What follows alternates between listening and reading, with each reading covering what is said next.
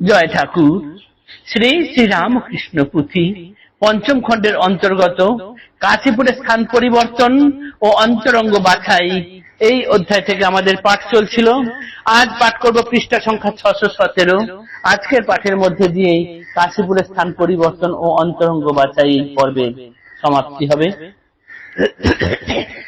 গতদিনের পাঠে আমরা দেখেছিলাম ঠাকুর শুধু সশরীরেই নয়, প্রত্যক্ষে এবং অন্তরিক্ষে, শরীরে এবং সূক্ষ্ম দেহে সদা সর্বদাই ভক্তদের সঙ্গে, পার্শ্বদের সঙ্গে অদ্ভুত রকমের লীলা করে গেছেন। তাই পুথিকার বলছেন, পীড়াতেও নাহি ক্ষান্ত রঙ্গ অবিরাম, শুনো রামকৃষ্ণ লীলা প্রাণেরও আরাম। তারপরেই সেই উদাহরণ বা ওই গল্পটার অবতারণা করেছেন এখানে পুথিকার। যে গল্পটি হলো, নিরঞ্জন এবং অন্যান্য ভক্তরা স্থির করেছিলেন রাতের অন্ধকারে কাশীপুর উদ্যানবাটিতে একটি মাত্র খেজুর গাছ ছিল, সেই গাছের রস চুরি করে পেরে সকলে ভাগ করে খাবেন।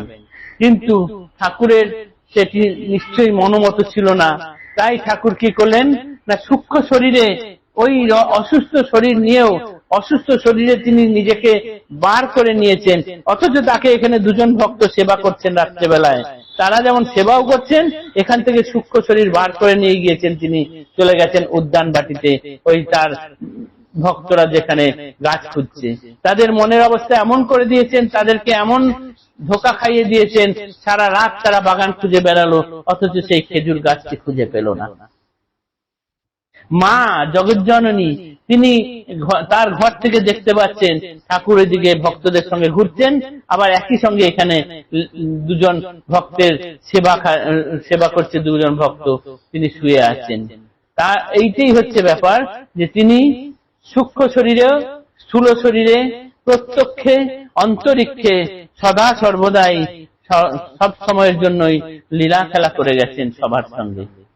এরপর আজ যে অংশটিকে দেখব, সেখানে দেখব এক পাগলি বা 12 নারীর গল্প এবং আরেকজন 12 নারীর গল্প, যিনি ঠাকুরকে সন্তান হিসেবে দেখতে চেয়েছিলেন। একজন পাগলি 12 নারী ঠাকুরকে প্রণাম করতে চেয়েছিলেন, তার গল্প। আর দক্ষিণেশ্বরে আরেকজন 12 নারীর গল্প, যিনি ঠাকুরকে সন্তান হিসেবে চেয়েছিলেন। এই দুজনের গল্প আজকে আমরা পাঠ করব।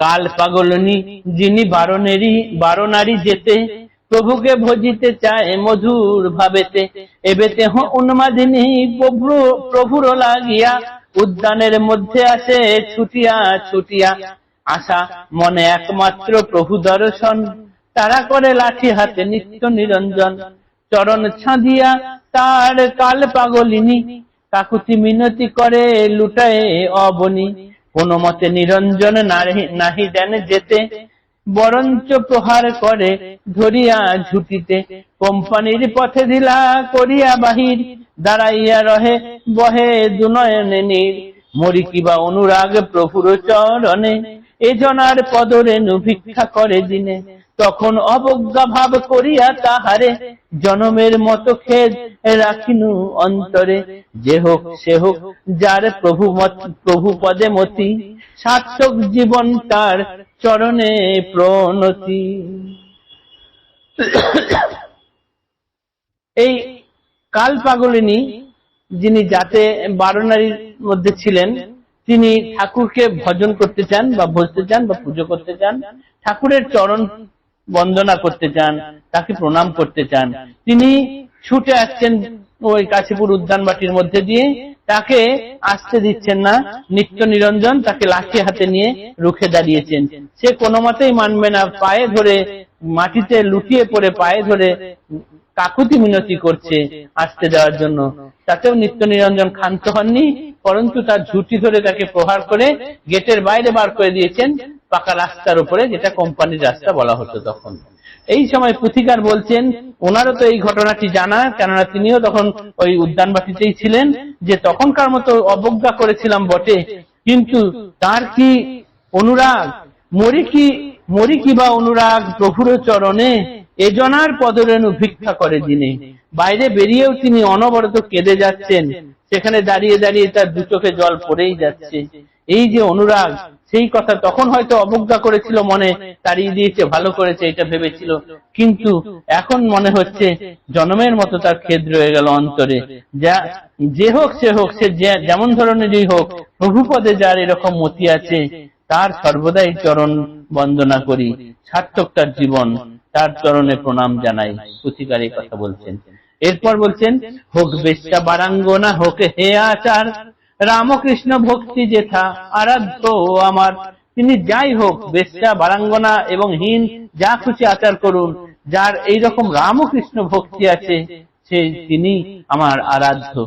ভক্তের ভজনা করো ভক্তি মাত্র ধন, ভক্ত ভজ পুজো ভজ ভক্ত পুজো ভক্ত ভক্তির কারণ। ভক্তের ভজনা করো ভক্তি মাত্র ধন, ভজ ভক্ত পুজো ভক্ত ভক্তির কারণ। ভক্ত মাত্রে এক জাতি সামাজিক নানা, সুবর্ণ অধম অঙ্গে তবু তাহা শোনা। ভক্তির আধার পাত্র প্রভুর আলয়, শ্রদ্ধেয় প্রপূজনীয় যেখানে না রয়। রমণী নামক বেশ্যা দক্ষিণ শহরে, বাৎসল্যের চক্ষে দেখে প্রভু গুণ ধরে। মা বলিয়া তাহারে সম্ভাষে প্রভু বর, ত্রাতা পাতা জগতের অখিল ঈশ্বর। কি বড় ভাগ্যের কথা বুঝে দেখো মন, বিশ্বে ভাগ্যবতী হেন আছে কয়জন। চাউল কলাই ভাজা লুকায়ে বসনে, রমণী প্রভুর হাতে দিতেন যতনে। ফুল্ল মনে পদ্মাননে হাস্য সহকারে, সাদরে গ্রহণ প্রভু কইলা কতবারে। কার সঙ্গে রমণীর তুল্য ত্রিভুবনে, চরণের রেণু আশ করে এ অধমে। রামকৃষ্ণ লীলা গীতি অমৃত ভান্ডার, শ্রবণ কীর্তনে ভব জলধিতে পার। সংসারের সুখে দুঃখে পেতে দিয়া ছাতি, এক মনে শুনো মন রামকৃষ্ণ পুঁথি। এরপরে এই রমণী নামে আরেক বেশ্যা ছিল দক্ষিণেশ্বরে, তিনি ঠাকুরকে বাৎসল্যের চোখে দেখতেন। তাহলে এবার তার কি বিশাল বড়ই না ভাগ্য, একথাই পুথিকার বলছেন যে দেখো কি বড় ভাগ্য, ঠাকুরকে তিনি সন্তান বলে দিয়েছেন। বিশ্বে এরকম ভাগ্যবতী আর কজন আছেন? তিনি চাল কলাই ভাজা এসব লুকিয়ে লুকিয়ে আনতেন, এনে প্রভুর হাতে দিতেন। প্রভুও সেটি আনন্দের সহকারে সানন্দ মনে পুল্য মনে সেটি গ্রহণ করতেন, করে তিনি টুকটুক করে খেতেন। ফুল্ল মনে পদ্মাননে হাস্য সহকার, সাদরে গ্রহণ প্রভু কইলা কতবার। কার সঙ্গে রমণীর তুল্য ত্রিভুবনে, চরণের রেণু আশ করে এ অধমে। তার সঙ্গে আর কারো তুলনা করা যায় না, তার পদরেণু আশা করেন এই পুথিকার। তারপরে তিনি বলছেন, রামকৃষ্ণ লীলা গীতি অমৃত ভান্ডার, শ্রবণ কীর্তনে ভব জলধিতে পার। সংসারের সুখে দুঃখে পেতে দিয়া ছাতি, এক মনে শুনো মন রামকৃষ্ণ পুঁথি। এই সংসারে সুখ দুঃখ এই সমস্ত কিছু থাকবেই, এর মধ্যে বুকের ছাতি পেতে দিয়ে তার মধ্যেও কি করতে হবে? এক মনে রামকৃষ্ণ পুঁথি শুনে চলো মন। জয় ঠাকুর, জয় শ্রী রামকৃষ্ণ। আজ কাশীপুরের স্থান পরিবর্তন ও অন্তরঙ্গ বাছাই এই পর্ব শেষ হলো। নমস্কার।